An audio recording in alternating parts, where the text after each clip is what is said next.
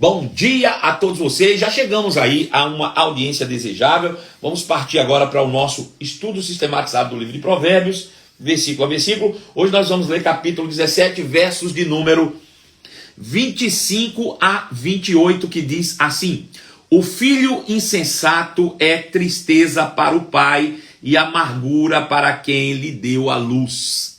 Eu vou ler de novo. Um filho insensato é tristeza para o pai e amargura para quem lhe deu a luz. 26. Não é bom punir ao justo, é contra todo direito ferir ao príncipe. 27. Quem retém as palavras possui o conhecimento, e o sereno de espírito é homem de inteligência. 28 diz: até o astuto, quando se cala, é tido por sábio, e o que cerra os lábios por sábio se faz. Bom, essa é a palavra de hoje em Provérbios, capítulo de número 17, versos 25 a 28. Eu começava essa live falando a seguinte coisa, ou colocando você na seguinte enquete. Imagina que você que está aí me assistindo, foi convidado para uma reunião por alguém e chegando lá se deparou com um monte de gente que você nunca viu, não conhece e não sabe ao certo. Bom dia, Monique Dias! Sempre bom ter você aqui. Marlene Val, bom dia para você também, Marlene. Sempre bom estarmos juntos. Então, você foi convidado para uma reunião e chegando lá, você encontra um monte de gente que você não conhece, não faz a mínima ideia. Bom, você, como um bom cristão, logo tenta se enturmar e se vê envolvido em uma roda de conversas em que o assunto, de fato, não é dominado por você. Estão lá falando sobre o sexo dos anjos, sobre a distância entre a Terra e a Lua, ou Marte, vai saber o que.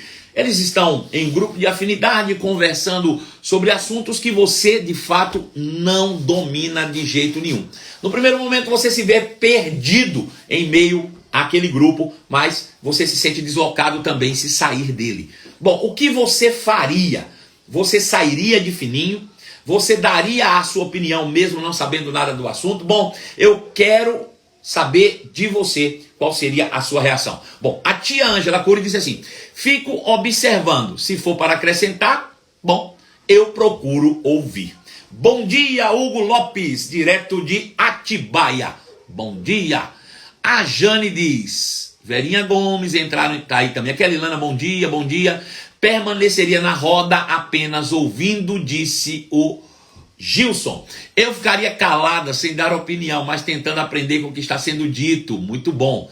Sairia de fininho, disse o cantinho da Ju. Interessante. Vamos lá, gente. O que você faria? Me dá aí sua opinião. Não dou opinião, disse Aline Santiago, se não entendo do assunto. Eu ia tentar sair de fininho, falou aí também. Bom, gente, você acredita que tem pessoas que tentam realmente argumentar ainda sobre assuntos que não domina? Você acredita que existem pessoas dessa maneira? Que sempre estão dando, de fato, palpite, opinião em coisas que realmente não sabem absolutamente nada. Absolutamente nada. Bom, eu me lembro de uma historinha, é uma historinha um pouco pejorativa, né? Mas eu vou contar assim mesmo. Você sabe que eu não tenho papas na língua e eu vou contar essa historinha para você, né?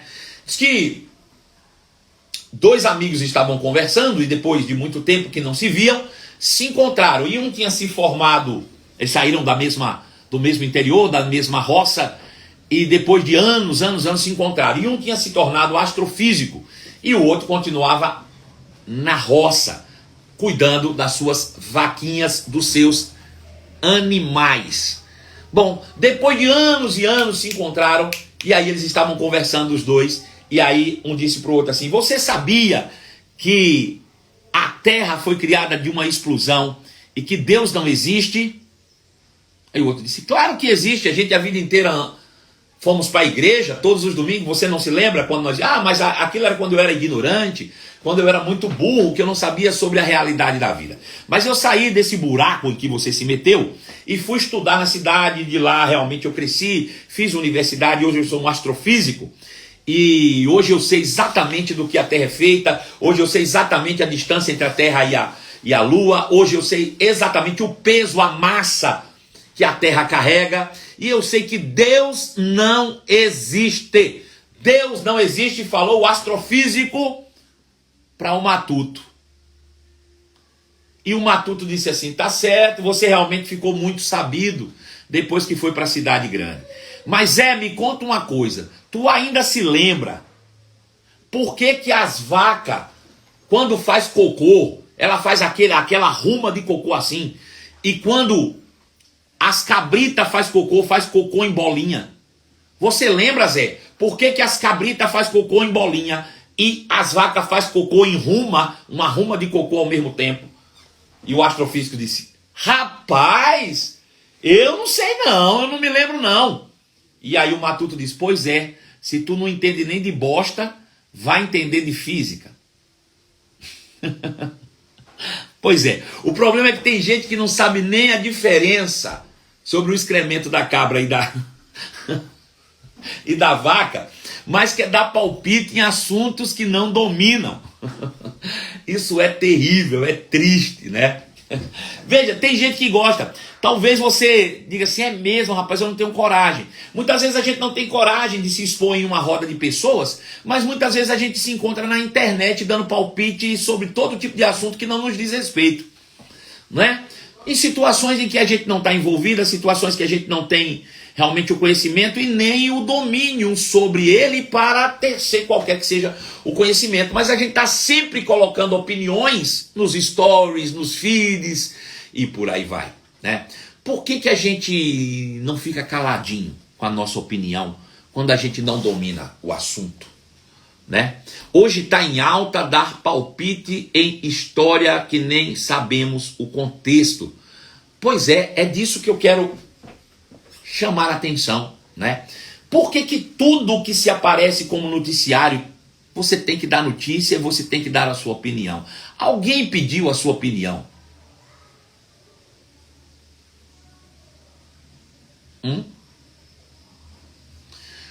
Mas eu tenho direito. Tem direito, eu sei que tem. Mas vai acrescentar o quê?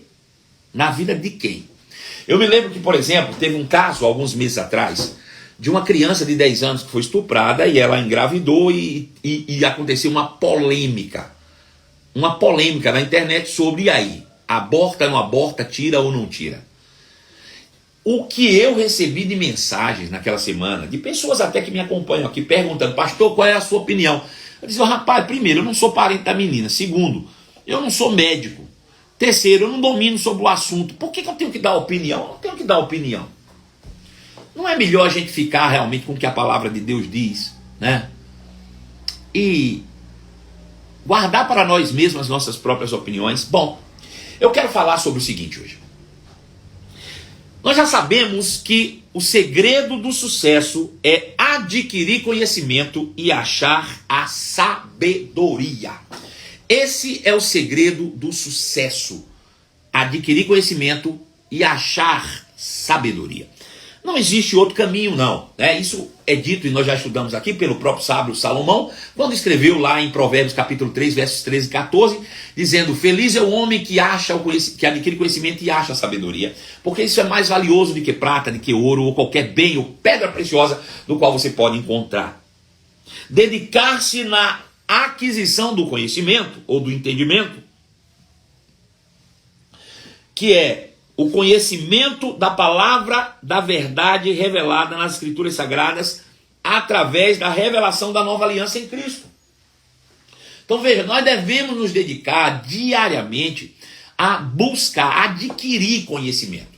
Esse conhecimento é resultado, né, do entendimento claro da revelação das Escrituras Sagradas pela ótica da nova aliança em Cristo Jesus. Quanto mais eu adquiro conhecimento, mais eu estou habilitado a praticar a sabedoria, ou seja, a colocar em prática a verdade que nos liberta. E isso vai nos trazer pleno conhecimento, entendimento, clareza, avanço e principalmente sucesso em Deus. O nosso caminho, a nossa jornada terrena, como já foi dito aqui nas minhas lives, consiste em conhecimento, consiste em adquirir conhecimento, consiste em avançar crescendo todos os dias. E esse crescimento humano só se dá por meio do conhecimento de Deus e do nosso Senhor Jesus Cristo, através da sua santa palavra. Quanto mais eu adquiro conhecimento e pratico esse conhecimento, mais eu cresço, mais eu me desenvolvo, mais eu avanço e, obviamente, mais realizado eu sou.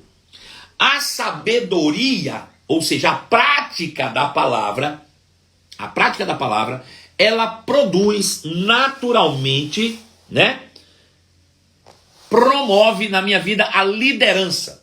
Liderança é resultado direto da prática da palavra. Ou seja, o que é liderança? É ter autocontrole, é ter domínio, é ter regência. É você estar no controle, é você assumir o governo, é você estar realmente de posse do controle da sua vida e do ambiente à sua volta. Você só não foi habilitado para controlar pessoas, mas você precisa controlar a si mesmo e o ambiente à sua volta. Né? Isso é natural. À medida que você cresce espiritualmente por meio do conhecimento da palavra, você assume o controle da sua vida. Você assume o controle, né, a regência, o governo, a liderança sobre o seu próprio ser. Isso é quase que automático. Eu conheço a palavra revelada, eu pratico essa palavra, eu assumo o governo da minha vida, eu assumo o controle do meu ser.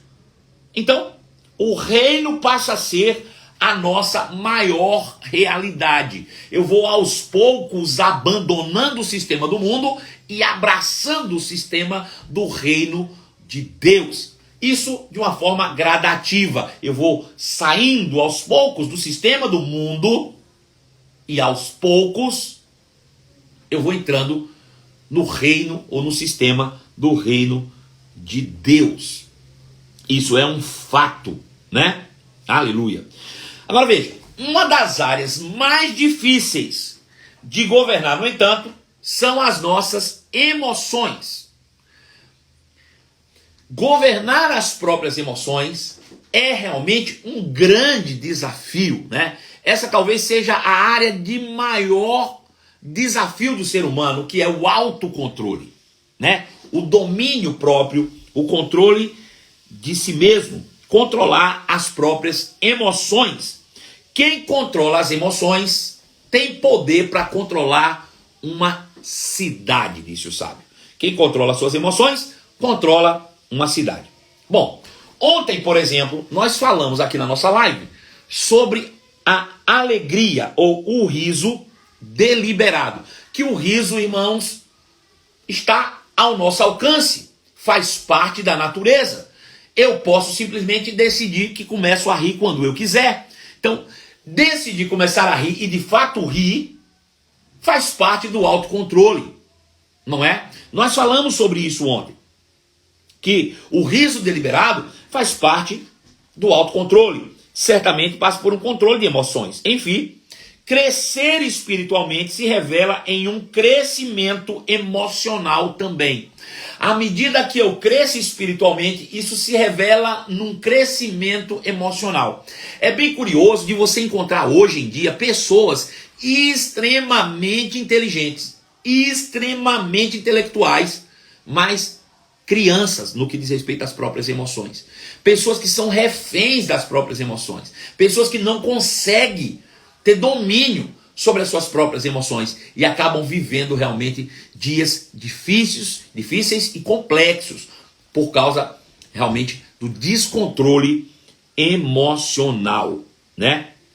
Então veja, o que nós chamamos de inteligência emocional. Precisamos nos desenvolver a inteligência intelectual, né? O QI, o índice coeficiente de inteligência, mas também precisamos desenvolver o nosso coeficiente de emoções. Nós precisamos amadurecer emocionalmente. O que é ter inteligência emocional? É uma capacidade de conhecer, avaliar e reagir positivamente às suas emoções e às emoções dos outros. É você realmente ter controle, domínio sobre as suas emoções, no que diz respeito às suas emoções para com você e as suas emoções, como reage às emoções alheias.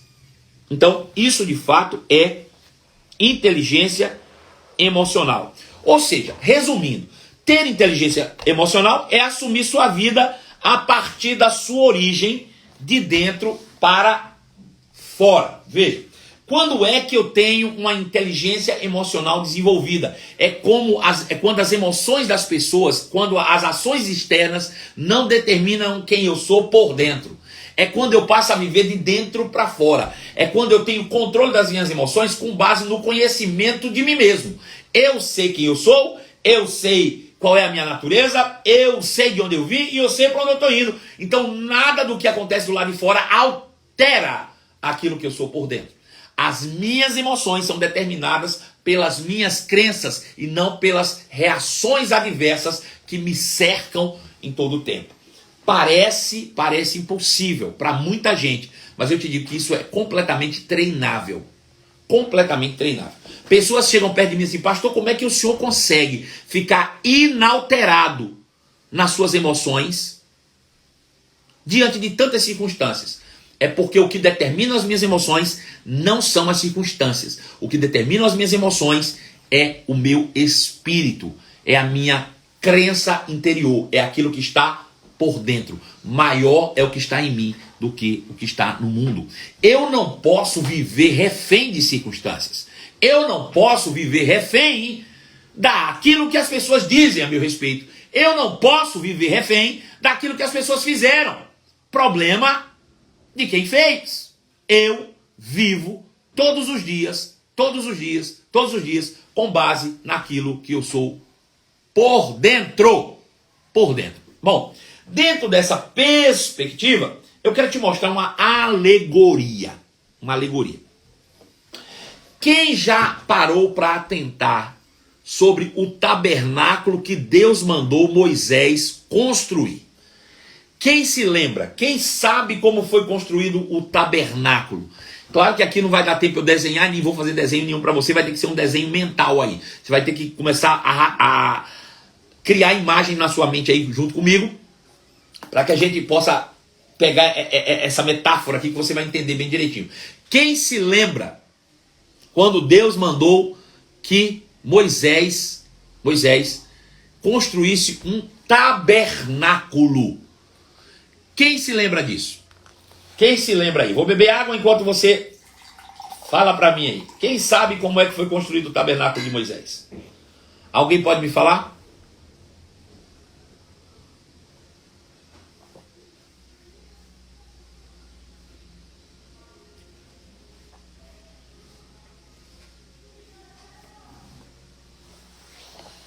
Vamos lá, estou esperando. Eu não lembro, disse a Pietra Costa Longa. Alguém lembra? Bom, eu vou te ajudar então. Vamos fazendo perguntas até a gente chegar nas respostas que eu quero. Qual foi a primeira parte do tabernáculo que Deus mandou Moisés construir? Quem se lembra?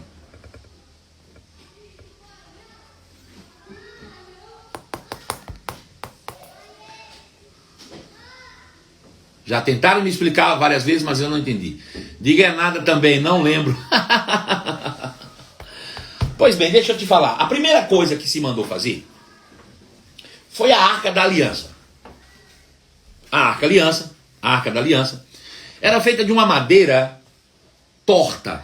Uma madeira que era de acácia. Uma madeira cheia de nó. Né? Toda troncha. Primeira coisa que foi feita foi isso. Aí ele diz, pega essa madeira, faça uma arca e depois revista ela por dentro e por fora. Dentro dessa arca, você vai colocar aqueles elementos que simbolizam a presença de Deus. E a presença de Deus vai para dentro dessa arca. Bom, você vai colocar ela em determinado lugar. E aí você começa nessa arca fazendo a primeira parte do tabernáculo, que é o Santo dos Santos. A primeira parte que foi feita foi o Santo dos Santos. Então, se cobre a arca toda e faz um quadrado sobre ela e coloca. Entre o Santo dos Santos, coloque uma cortina grossa para que ninguém penetre nela. Então fica a arca dentro do Santo dos Santos com a presença de Deus. Esse é o Santo dos Santos. Sobre esse ambiente, você cria outro ambiente. Veja, é uma caixa e uma caixa por cima. A segunda caixa será chamada de santo lugar. E nesse santo lugar, você vai colocar o incenso, você vai colocar os pães, você vai colocar a menorá. E aí você cobre e coloca essa outra caixa sobre a primeira caixa. Agora eu tenho uma caixa embaixo com uma caixa em cima. E em volta dessa outra você vai cercar como se fosse uma outra caixa por cima da segunda caixa. E esse é o átrio, aonde terá o sacrifício. Então veja que são 3 caixas, é 3 espaços. O lugar santíssimo ou santo dos santos, sobre esse o santo lugar e sobre esse o átrio. Bom, esse desenho triplo de quadrados é como se fosse assim, um quadrado, outro quadrado e outro quadrado. Então veja, um quadrado maior por fora, um quadrado menor por dentro e um quadrado menor ainda por dentro. Esse menor aqui é o santo dos santos, depois o santo lugar e depois o átrio. 3 quadrados que representam o ser humano, o homem em 3 dimensões. O homem em 3 dimensões. Esse quadrado menor, onde está a presença de Deus, que nós chamamos de Santo dos Santos, significa o espírito humano. É dentro dele, do espírito humano, que está a presença de Deus.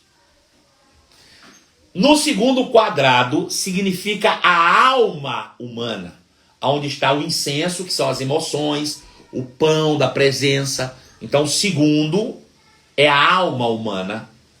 E o terceiro por fora, que é o átrio, esse é o corpo humano.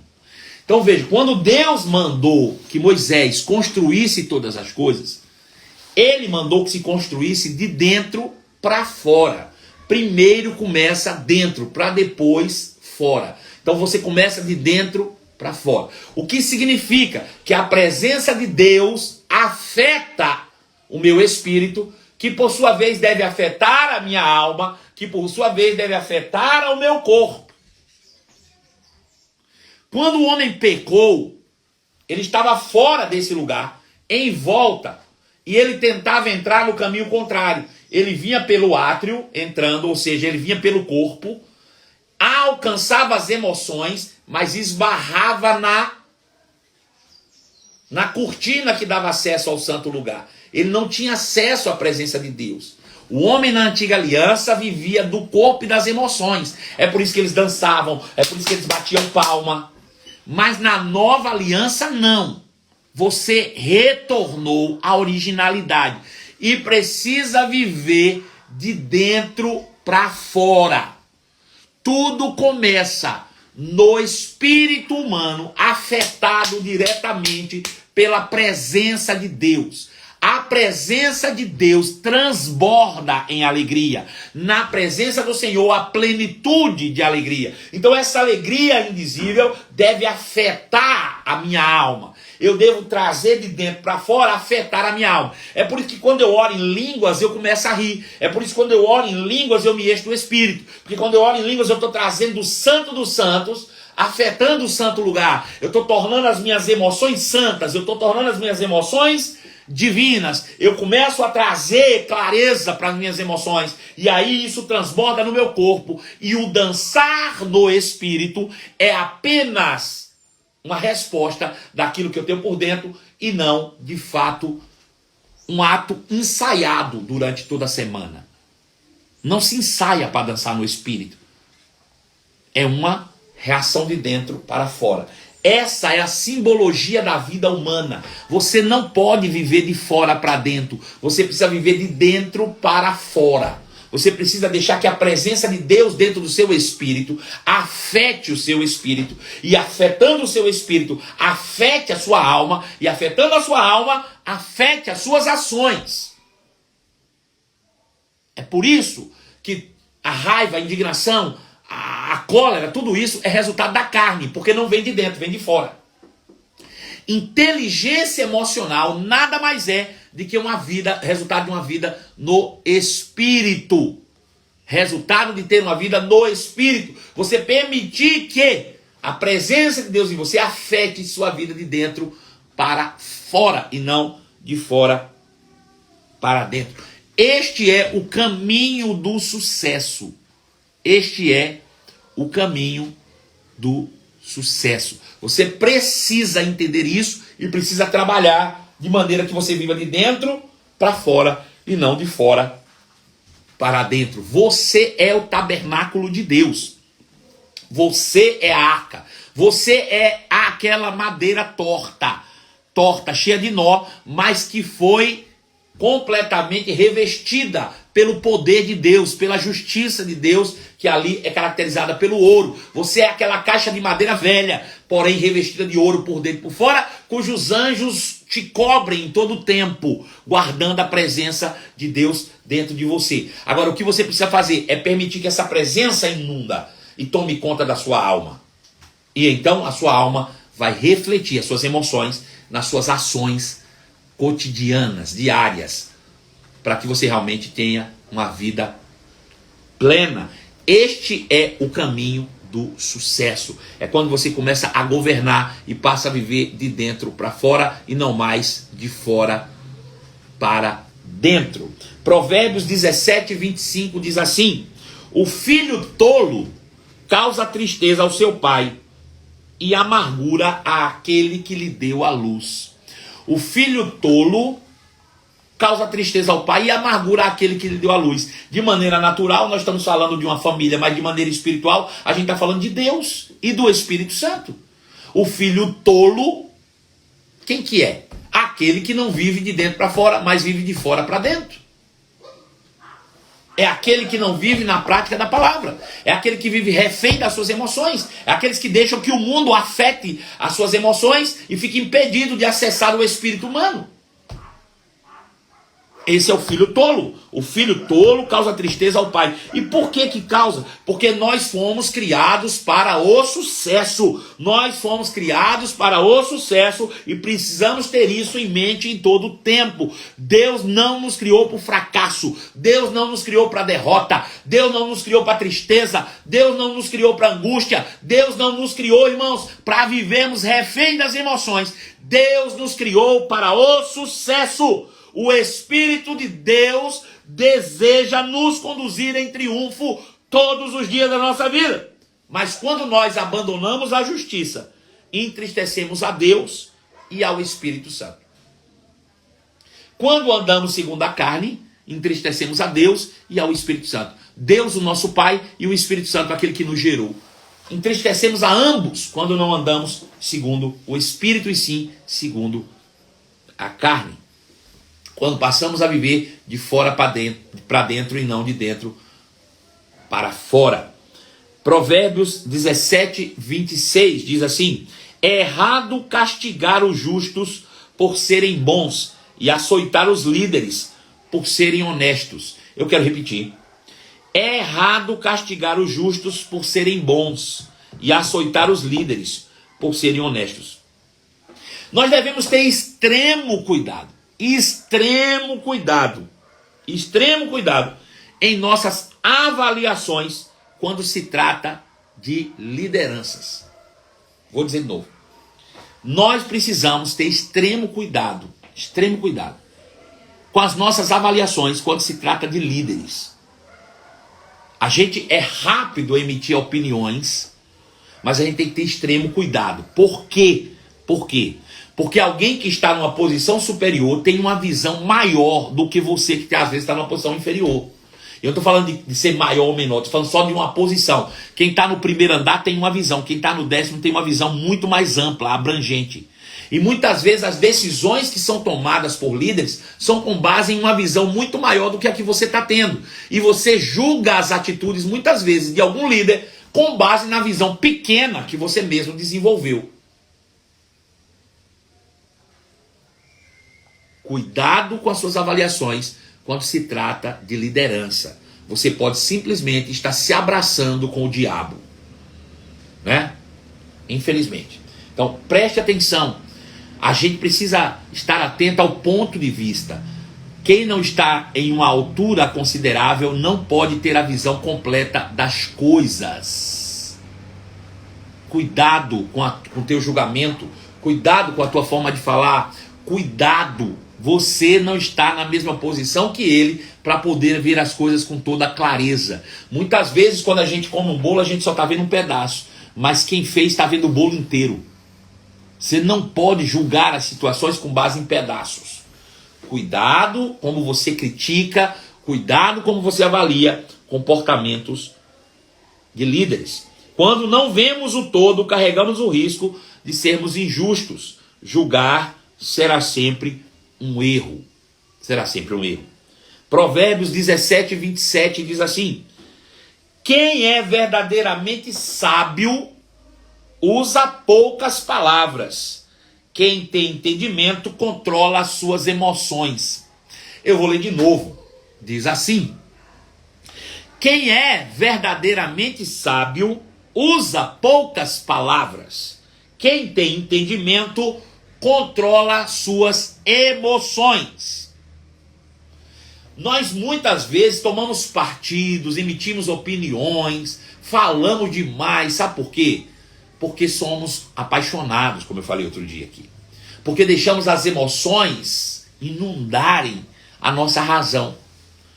Porque não vivemos muitas vezes de dentro para fora, e sim de fora para dentro. Somos influenciados pelas emoções, somos influenciados e levados a tomar partido, emitir opiniões com base em emoção e não em verdades. E aí, abrimos mão da sabedoria. Porque aquele que é sábio verdadeiramente, ele usa poucas palavras. Quem tem entendimento sabe controlar as suas emoções. 28. Até o insensato passa por sábio quando fica calado. De boca fechada, até parece inteligente. Lembra da minha pergunta lá no começo? Se você tivesse uma roda de pessoas que estivessem falando determinado assunto que você não domina, o que você faria? Até o insensato passa por sábio quando fica calado.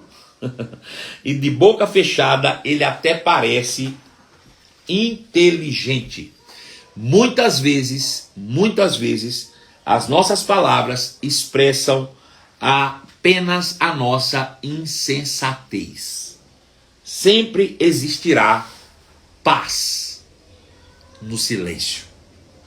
Sempre existirá paz no silêncio. Domine as suas emoções e você dominará uma cidade inteira. Domine as suas emoções e você dominará uma cidade inteira. Reflita sobre essas verdades. Não deixe de curtir o nosso vídeo. Não deixe de compartilhar nos seus stories. E nós temos um encontro marcado amanhã aqui nesse mesmo perfil. Beijo no coração. Sorria, a vida é bela. Tchau.